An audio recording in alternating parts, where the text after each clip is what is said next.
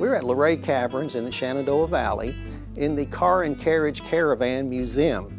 From the coaches and carriages of the late 1700s to the early automobiles of the 1800s, the Baker Electric, the Stanley Steamer, some of the power cars of the 20s. This is really a wonderful example of the advancement of our country through transportation over the years. As people visit the caverns today, it resembles very much what these explorers saw in 1878. The growth process takes 120 years to form just a 1 cubic inch of cavern material. All right, so if everybody wants to crowd up as close as we can to the organ, we're about to listen to it play. The great stalagpipe organ behind me is the world's largest musical instrument.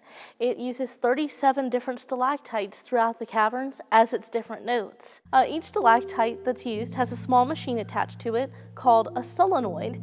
Now the solenoids have wires that lead to the back of the organ.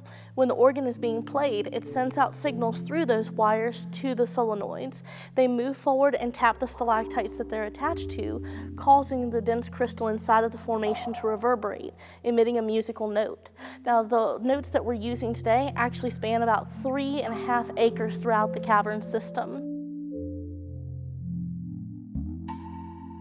The water dripping into the cavern system is all caused by water that was up on the surface, precipitation. It gets absorbed down into the ground, it picks up minerals in the soil, and comes down through microscopic pores in the stone. As the water enters the cavern system, it deposits its minerals that it has been carrying along the ceilings, walls, and floors. Over many years, these will deposit over top of one another and begin to reconstitute down in Luray Caverns as all of our formations. Luray Caverns was discovered on August 13, 1878 by 3 local men. Their names were Andrew Campbell, William Campbell, and Benton Stebbins. Those locals had actually been looking for a caverns. They were trying to find a way to bring tourism into this area to help stimulate the economy after the Civil War. So after a lot of time of digging and looking around, they finally managed to find a large sinkhole with a small opening, about the size of a quarter. He felt cool air coming out from underground. That was pretty strange, so the men began digging there. A lot of times there's definitely a little more of a connection between people after they've been on a tour of Luray Caverns, and I think that they definitely leave with really great memories. I think all in all there's something different for every individual to take away from Luray Caverns.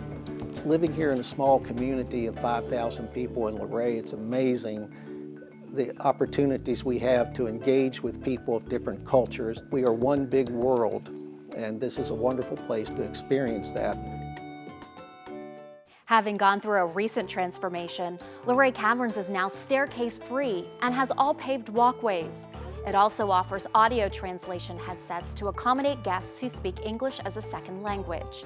Other attractions besides the Car and Carriage Museum are the nostalgic Toy Town Junction and the Luray Valley Museum that includes a 19th century farming community.